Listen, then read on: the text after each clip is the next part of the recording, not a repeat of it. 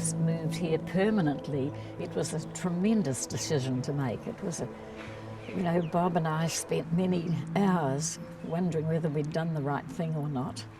We lived in Devonport, and my mother was shocked when she knew we were leaving Devonport, where I'd gone to school, and coming to live in a place like this with no power, no cars, no all sorts of things.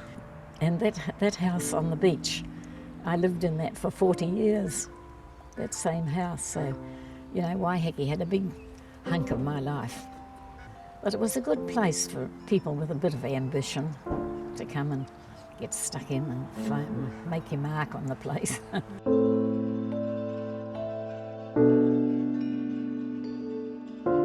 Everybody had a coal range and a kerosene vela stove and a primus and everything like that.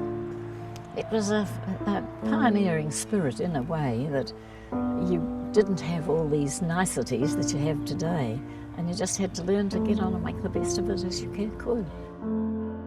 Our first place when we came, it was a cruddy old shop, and we got it smartened up, and it became a lending library and gift shop. And I ran that while Bob ran the land agency. There were hardly any cars, and you knew them all by the sound they made. You'd hear a car coming, you'd think, oh, here comes Dick or Bob or somebody, because there were so few vehicles.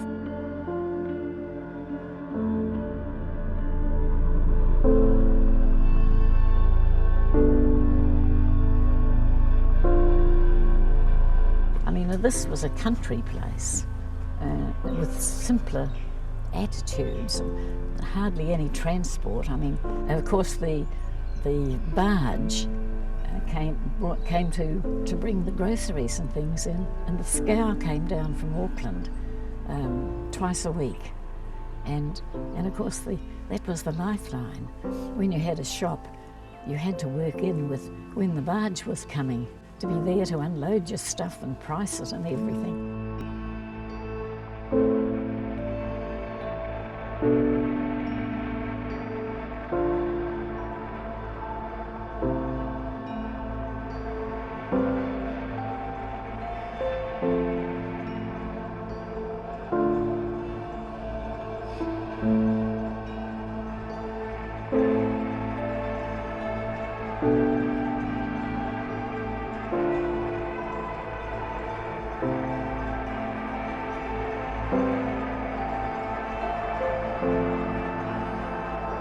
It was a very simple existence. It was a fairly hard existence with no power. And four small children to educate and feed and clothe and everything. It wasn't easy.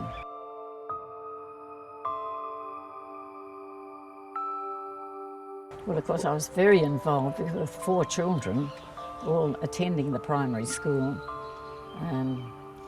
The secret of a good school and good results from the school is parents' participation. And I maintain that that's the thing that, makes a good school run properly. But it was a very simple school because we didn't have the transport or the amenities that they've got today. It was always a whole community, taking part. The primary education was perfect, providing people, joined in and took part in it. But even so, when your children reach a certain age, you don't want to bump them off into the big city with no experience at all. So each one of mine went away to school for a year or 2 years to get acclimatised to the city life.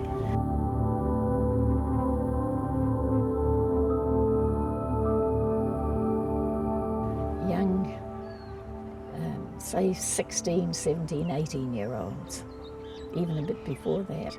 That's the time when parents have to step very carefully, because up till then they've been needed and always to be there doing things and helping out with things, and then the young ones want their independence, and that's a tricky time.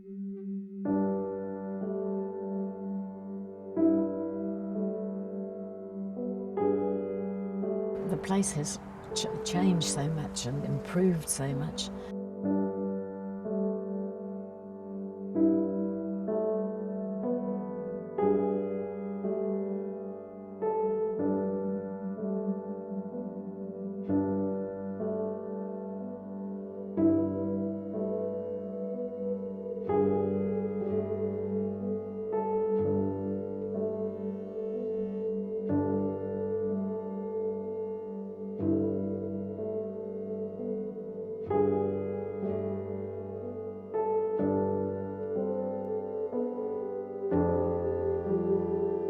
We still say that only Roa's been spoilt by too many land agents, taking up valuable situations that should be businesses.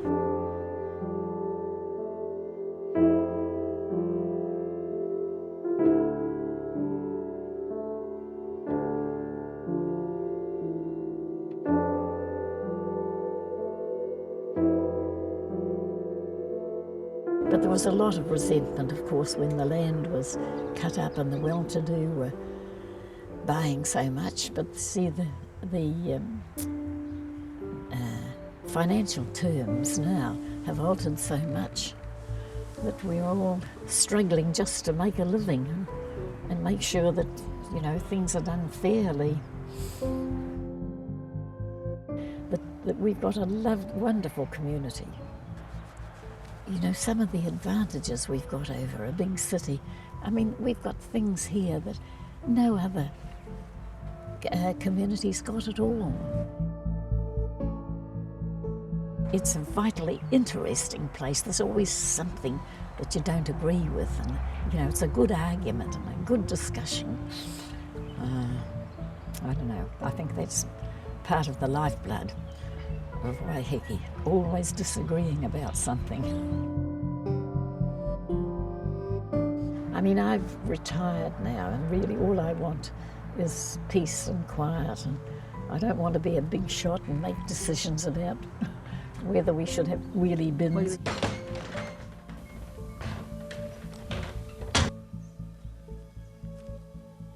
I want to let the others get on and do it. I'm prepared to sit back and be looked after.